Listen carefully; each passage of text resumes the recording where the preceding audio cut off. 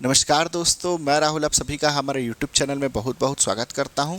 तो दोस्तों आज हम रिसेंटली आपका जो हॉस्टल वार्डन का जो एग्ज़ाम हुआ है उसका मैथ्स का पोर्शन एनालिसिस करने वाले हैं।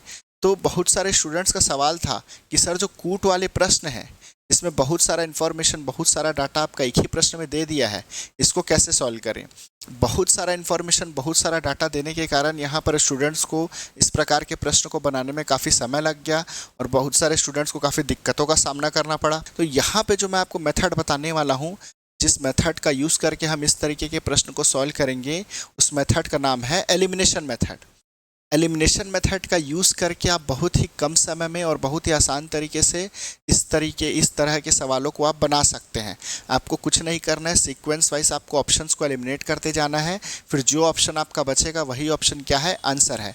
तो यहाँ पर मैं आपको एक क्वेश्चन सॉल्व करके दिखाता हूँ। स्क्रीन में आपको क्वेश्चन दिख रहा होगा। तो देखिए, यहाँ पर आपको क्वेश्चन में बोला है मैच दी फॉलोइंग, और दो लिस्ट यहाँ पर दिया है। एक लेफ्ट में आप लिस्ट 1 दिए और राइट में लिस्ट 2 दिया है। अब लिस्ट 1 के जो ऑप्शंस है उसको आपको लिस्ट 2 के ऑप्शन से मैच करना है। उसके बाद यहाँ पर आपको ऑप्शन दिया है, यहाँ पर 4 ऑप्शन दिया है और बोला है कि कौन सा ऑप्शन जो है आपका करेक्ट आंसर है। और ये चारों ऑप्शन में जो आपका ये जो दिया है, डाटा दिया है, किस फॉर्म में है, कूट के फॉर्म में है। अब हम क्या करेंगे, हम लिस्ट 1 के ऐसे ऑप्शन को सेलेक्ट करेंगे, लिस्ट 1 के ऐसे ऑप्शन को सेलेक्ट करेंगे जिसमें हमको कम से कम इंफॉर्मेशन का प्रयोग करना पड़े, कम से कम डाटा का प्रयोग करना पड़े। अब देखिए, अगर मैं लिस्ट 1 के ऑप्शन ए को यूज़ करता हूँ तो मेरा यहाँ पर चूज़ द करेक्ट आंसर में जो ऑप्शन दिया है, यहाँ पर जो आंसर वाला ऑप्शन दिया है, अगर इसको मैं सेलेक्ट करता हूँ और ऑप्शन से एलिमिनेट करने की कोशिश करता हूँ तो क्या मेरा क्वेश्चन एक ही स्टेप में और एक ही स्टेज में सॉल्व हो जाता है, ये मैं चेक करता हूँ। देखिए, अगर यहाँ पर ए का 3 है ऑप्शन ए में, ऑप्शन बी में ए का 4 है, फिर ए का 3 है, ए का 2 है। अब देखिए यहाँ पर होगा ये, अगर दो ऑप्शन एलिमिनेट भी हो जाते हैं बी और डी, फिर भी आपका दो ऑप्शन ए और सी बच जाएगा। तो क्या होगा, यहाँ पर फिर आपको दूसरे स्टेप में जाना पड़ेगा क्वेश्चन के। तो बेटर ये रहेगा कि आप ऐसे ऑप्शंस को चूज़ करें जिससे डायरेक्टली आपका एक ही स्टेप में क्वेश्चन सॉल्व हो जाए। तो देखिए, अगर यहाँ पे मैं बी को यूज़ करूँगा तो बी का भी ये दोनों ऑप्शन में है, सी का भी यहाँ पर देखिए बी और सी में सी का 2 है। लेकिन अगर मैं डी को यूज़ करता हूँ तो डी का देखिए, डी का 2 है, डी का 3 है, डी का 1 है, डी का 4 है। तो अगर मैं ऑप्शन डी को चूज़ करता हूँ तो सिर्फ ऑप्शन डी का जो भी आंसर होगा अगर वो मेरे को पता चल जाता है तो ये जो पूरा क्वेश्चन है ये सॉल्व हो जाएगा, क्योंकि जो बाकी ऑप्शन है वो एलिमिनेट हो जाएंगे। तो देखिए, यहाँ पर डी में क्या बोला है, x अनुपात 2 बराबर y/3, फिर पूछा क्या है y अनुपात x क्या होगा। तो x अनुपात 2 बराबर y/3, तो इसका अर्थ क्या होगा, x/2 बराबर y/3 आ जाएगा। तो यहाँ पर और सॉल्व करेंगे तो क्या हो जाएगा, x/y बराबर 2/3। तो फिर ये हो जाएगा y अनुपात x आपका कितना आ जाएगा, 3:2 आ जाएगा। मतलब y/x आपका 3:2 आ गया। अब 3:2 लिस्ट 2 के कौन से ऑप्शन से मैच करता है, तो देखो 11 3 33, 11 2 22, यहाँ पर देखिए कितना हो जाएगा, 6 2 12, 6 3 18, 4 1 4 4 8 32। तो देखिए यहाँ पर 3:2 किस में आ रहा है, केवल ऑप्शन 1 में आ रहा है, बाकी किसी ऑप्शन में तो नहीं आ रहा है। मतलब आपका डी का आंसर क्या होगा, ऑप्शन 1 होगा, लिस्ट 2 का ऑप्शन 1 होगा। तो डी का 2 हो सकता है क्या, नहीं हो सकता। डी का 3 हो सकता है क्या, नहीं हो सकता। डी का 1 हाँ हो सकता है, बिल्कुल हो सकता है। डी का यहाँ पर ये जो लिस्ट 1 के डी का 4 हो सकता है क्या, भैया नहीं हो सकता। तो एक ही ऑप्शन बचा है, ऑप्शन सी, और ऑप्शन सी आपका करेक्ट आंसर है। तो इस तरीके से ऑप्शंस को एलिमिनेट करके आप बहुत ही कम समय में इस तरीके के प्रश्नों को हल कर सकते हैं। अब कई क्वेश्चन में ये भी हो सकता है, देखिए हमारा प्रयास रहेगा कि क्वेश्चन हमारा एक ही स्टेप में सॉल्व हो जाए। कुछ क्वेश्चंस में ये भी हो सकता है कि हमको दूसरे स्टेप में भी जाना पड़े, मगर आपका प्रयास ये रहना चाहिए कम से कम इन्फॉर्मेशन यूज़ करके आप क्वेश्चंस को सॉल्व कर लें। चलिए, क्योंकि आपको यहाँ पर टाइम भी सेव करना है और एक्यूरेसी भी मेंटेन करना है, तो बहुत सारे डाटा में आप अननेसेसरी उलझाएंगे ना तो आपका टाइम वेस्ट होगा। अब देखिए आगे हम चलते हैं, मैच दी फॉलोइंग। अब यहाँ पर लिस्ट 1 में 4 ऑप्शन दिए, लिस्ट 2 में भी 4 ऑप्शन दिए, ठीक है। अब मैं लिस्ट 1 का देखता हूँ, स्पीड क्या होता है भैया, स्पीड होता है डिस्टेंस अपॉन टाइम। तो ए का क्या होगा, 3 हो सकता है। अब अच्छा, यहाँ पर आप ऑप्शन से देख भी सकते हैं, ये क्या है, सिंपल वैल्यू थी तो मैंने यहाँ पर डायरेक्टली सॉल्व कर लिया। लेकिन आप यहाँ पर चेक भी कर सकते हैं, देखिए ए का 4 है, ए का 4 है, तो इसमें फिर दूसरे स्टेप में जाना पड़ेगा। बी में बी का 3 है, बी का 3 भी मिल रहा है, सी का 1, सी का 1, डी का दो, डी का दो। तो यहाँ पे आप किसी भी लिस्ट वन की किसी भी ऑप्शन को अगर आप चूज़ करेंगे तो आपको सेकंड स्टेप में जाना ही पड़ेगा। तो हम क्या करते हैं, सीक्वेंस वाइज चलते हैं ना। और आगे ऐसे बहुत सारे क्वेश्चंस भी है जो आपके एक ही स्टेप में सॉल्व हो जाएंगे, है ना। अभी आगे हम चलेंगे, सारे क्वेश्चंस में देखेंगे तो बहुत सारे क्वेश्चंस ऐसे हैं जो एक ही स्टेप में सॉल्व हो जाएंगे, ठीक है। तो स्पीड क्या होता है, डिस्टेंस अपॉन टाइम। तो ए का कितना होगा भैया, ए का 3 होगा। तो ए का 4 हो सकता है क्या, नहीं हो सकता। ए का 3 हो सकता है, ए का 4 हो सकता है क्या, नहीं हो सकता, ए का 3 हो सकता है, ठीक है। तो यहाँ पर अब आंसर क्या होगा, या तो बी होगा या तो सी होगा। भैया ऑप्शन ए और ऑप्शन सी, दो ऑप्शन ऐसे ही कैंसिल हो गए, ठीक है, डायरेक्टली कैंसिल हो गए, फर्स्ट स्टेप में ही कैंसिल हो गए। अब आगे चलेंगे। अब देखिए एवरेज स्पीड आपका क्या होता है। एवरेज स्पीड जब आप निकालेंगे तो एवरेज स्पीड का फॉर्मूला क्या है, total distance upon total time, है ना। इसी तरीके से आप एवरेज स्पीड निकालते हैं तो total distance upon total time, यहाँ पर बी का क्या हो जाएगा, 4 हो जाएगा। देखिए total distance upon total time, तो बी का क्या होगा, 4 होगा। तो देखिए यहाँ पर अब बी का 4 तो दोनों में है यहाँ पर, ठीक है। अब नेक्स्ट ऑप्शन में जाएंगे, सी का क्या हो सकता है, time is equal to distance upon speed. देखिए भैया जब speed is equal to distance upon time है तो time is equal to distance upon speed. तो यहाँ पर सी का क्या होगा आपका, सी का आपका होगा 2, ठीक है। तो सी का 2 होगा। तो भैया देखो यहाँ पर सी का 1 हो सकता है क्या, नहीं हो सकता, तो ऑप्शन बी को काट दो। तो बचा एक ऑप्शन डी, सी का यहाँ पर बचा एक ऑप्शन डी। तो ऑप्शन डी में सी का कितना है, 2 है। तो यहाँ पर हमारा ऑप्शन डी करेक्ट है ना भाई। सी का 1 तो नहीं हो सकता लेकिन सी का 2 हो सकता है, और वैसे भी सी का 1 नहीं हो सकता, तो 3 ऑप्शन तो ऐसे ही कट गए। तो यहाँ पर आपका जो करेक्ट आंसर है ये क्या होगा, ऑप्शन डी। ऑप्शन डी क्या है आपका करेक्ट आंसर है।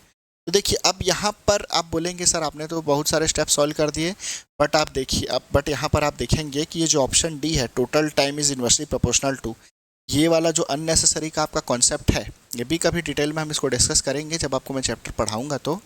बट ये जो अननेसेसरी का कॉन्सेप्ट है भैया, यहाँ पर एक इन्फॉर्मेशन तो हमको कम यूज़ करना पड़ा ना, वरना ऑप्शन डी को लेके भी हम सोचते कि भैया टोटल टाइम किसके डायरेक्ट, अच्छा ये डायरेक्टली प्रोपोर्शनल का साइन है, ठीक है। तो total time is directly proportional to, ये किसके डायरेक्टली प्रोपोर्शनल होगा, है ना, या फिर किसके प्रोपोर्शनल होगा, ये सब चेक करना पड़ता। तो अननेसेसरी हम इस पर नहीं फंसेंगे। हमारा 3 स्टेप में ही क्वेश्चन सॉल्व हो गया, तो मेरे को 4th स्टेप में जाने की ज़रूरत ही नहीं पड़ी। तो इस तरीके से हमको इस क्वेश्चन को हैंडल करना है ना, इस तरीके के प्रश्न को हैंडल करना है। अब देखिए डी को मैं यूज़ करता तो फिर मेरे को 1 अपॉन एवरेज स्पीड, ये सब देखिए ये वाला जो कॉन्सेप्ट है, ये अननेसेसरी इस कॉन्सेप्ट को मेरे को यूज़ करना पड़ता। तो चलिए अब हम आगे चलेंगे। To convert 25% to decimal, we divide 25 by 100। 25% को आपको अगर किस में चेंज करना है, डेसिमल में चेंज करना है, दशमलव में चेंज करना है। अच्छा ये आप ये क्वेश्चन किस फॉर्मेट में दिया है, अब अभिकथन और कारण के फॉर्म में दिया है, ठीक है। कथन और कारण के रूप में आपको ये जो प्रश्न दिया है, तो यहाँ पर क्वेश्चन में क्या बोलता है, पहले कथन देता है, फिर कारण देता है, फिर बोलता है जो कारण है वो कथन की सही व्याख्या करता है कि नहीं करता है। पूछेगा कथन सही है कि नहीं है, फिर पूछेगा कारण जो लिखा है वो सही है कि नहीं है, फिर बोलेगा कि कथन कारण की सही जो कथन है वह कारण की सही व्याख्या या स्पष्ट व्याख्या करता है कि नहीं करता। तो फिर से मैं यहाँ पर आपको बोलना चाहूँगा कि अननेसेसरी हमको एक्स्ट्रा इन्फॉर्मेशन में नहीं फंसना है, आप एलिमिनेट करके आगे बढ़ते जाओ। अभी मैं यहाँ पर एलिमिनेट करके दिखाता हूँ।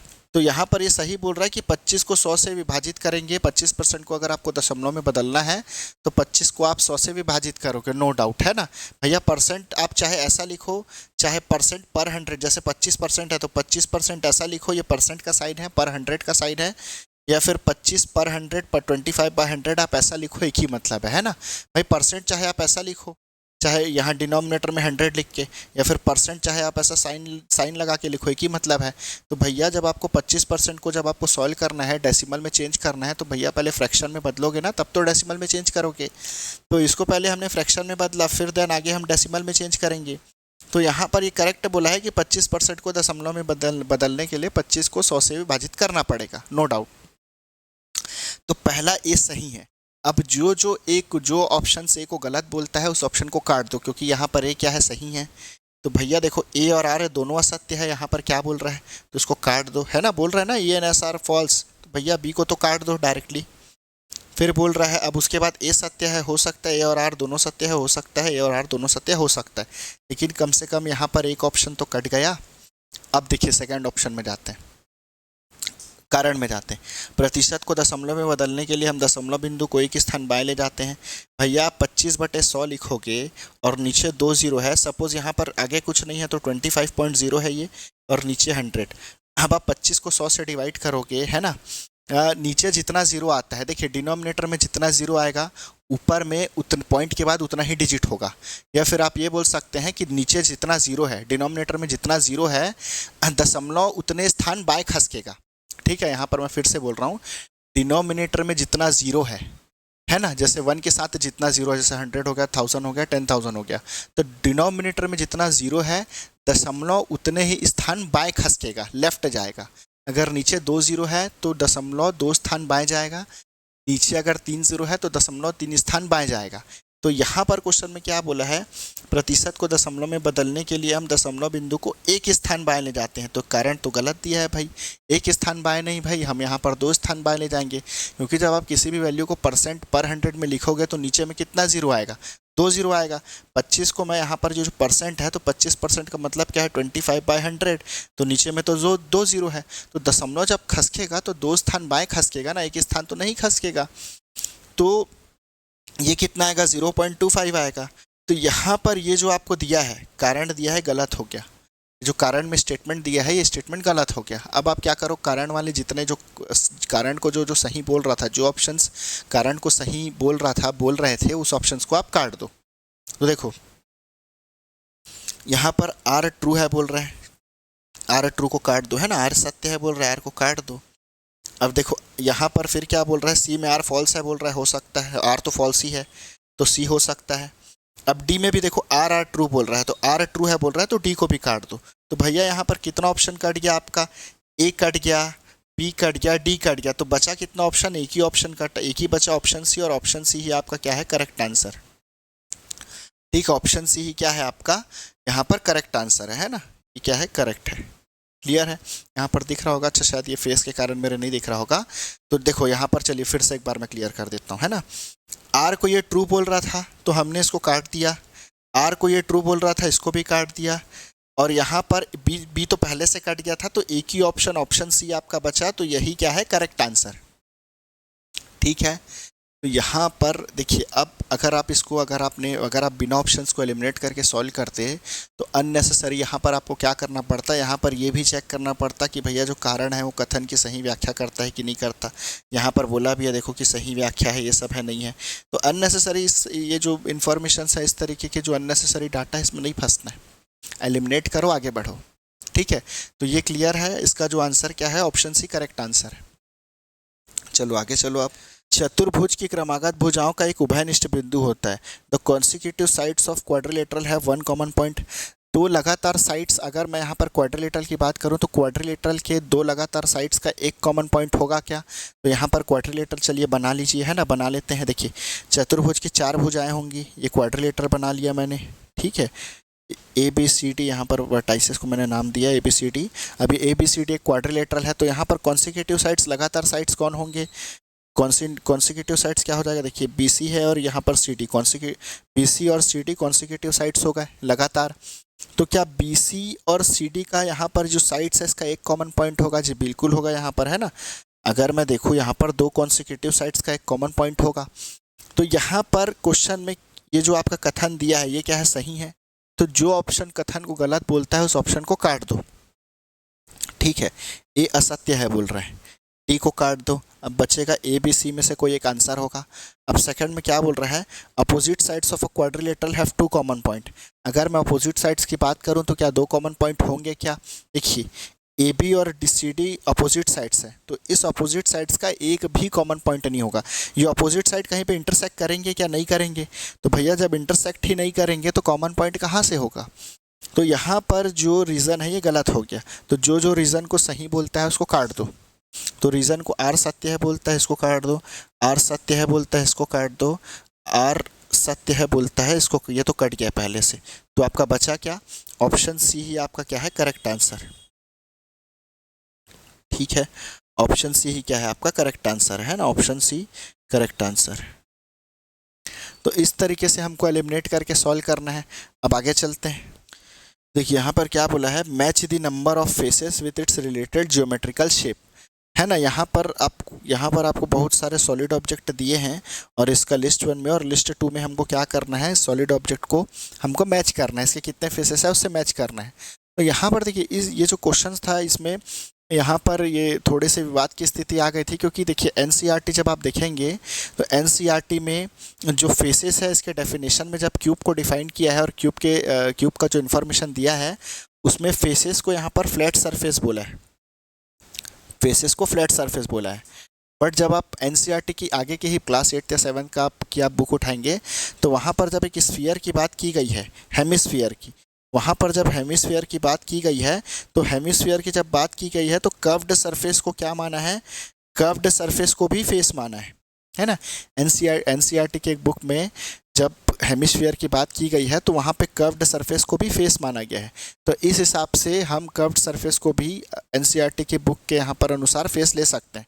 यहाँ पर मैं आपको अभी सोर्स दिखाता हूँ, वो मैं जो बुक का स्क्रीनशॉट, ये जो पीडीएफ मैंने रखा है ये मैं आपको दिखाता हूँ। देखिए यहाँ पर ये जो हेमिस्फीयर का फेस है ना, इसमें क्या बोला है क्लियरली आपको यहाँ पर देखने मिल रहा होगा, है ना, दिख रहा है यहाँ पर स्क्रीन में। बोला है कि and what about the surface of hemisphere, how many faces does it have. तो यहाँ पर बोला है 2, कितने फेसेस होंगे हेमिस्फीयर के, 2। There is a curved face and a flat face. तो यहाँ पर जो कर्व्ड सरफेस है, यहाँ पर जो कर्व्ड सरफेस है, हेमिस्फीयर का जो कर्व्ड सरफेस है, इसी को क्या माना है, कर्व्ड सरफेस को भी क्या माना है, फेस माना है। तो कर्व्ड सरफेस को भी फेस माना है।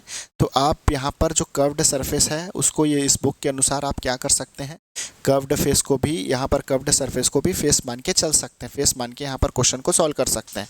तो यहाँ पर चलिए अब इसको मैं मिटा देता हूँ। तो यहाँ पर कितने फ्लैट फेसेस आ गए, देखिए ऊपर में एक फ्लैट फेस और यहाँ नीचे क्या है, दूसरा फ्लैट फेस। तो टोटल 2 फ्लैट फेस आ गए, 2 फ्लैट सरफेस आ गए। तो यहाँ पर 2 फ्लैट सरफेस है, तो ये क्या है आपके, ये 2 क्या हो गए, फेसेस हो गए, ये फ्लैट फेसेस हो गए, ठीक है। और उसके बाद ये जो कर्व्ड सरफेस है, ये जो कर्व्ड सरफेस है इसको आप क्या बोल देंगे, कर्व्ड फेस हो जाएगा। ये आपका क्या हो जाएगा, कर्व्ड फेस हो जाएगा। तो इस प्रकार के आपका जो यहाँ पर सिलेंडर है इसका कितना फेस हो जाएगा, 3 फेस हो जाएगा। तो यहाँ पर एक आपका कितना हो जाएगा, 3, है ना, ठीक है। तो बहुत सारे लोगों के मन में इस सवाल को लेकर डाउट था कि सर फेस जो है वो केवल फ्लैट सरफेस ही होता है। बट एनसीईआरटी में यहाँ पर एनसीईआरटी के एक चैप्टर में यहाँ पर लिखा है, विजुअलाइजिंग सॉलिड शेप्स वाला जो चैप्टर है इसमें लिखा है कि ये हेमिस्फीयर का एग्जांपल देके बताया है कि इसका जो कर्व्ड सरफेस है इसको भी हमने क्या माना है, कर्व्ड फेस माना है, ठीक है, उसको हम कर्व्ड फेस बोलेंगे।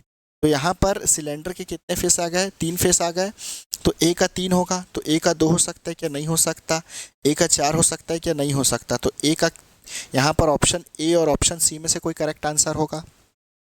अब क्यूब के कितने फेसेस होंगे, तो भैया क्यूब के 6 फेसेस होते हैं टोटल, है ना। आप पासा खेलते हैं, डाइस भी क्या है, क्यूब है। तो कितना फेस होता है, कितना नंबर होता है क्यूब में, आप देखे होंगे तो 6 नंबर होता है। तो टोटल कितने फेस हो गए, क्यूब के 6 फेसेस हो गए। चलिए क्यूब भी ड्रॉ करके आपको मैं दिखा देता हूँ।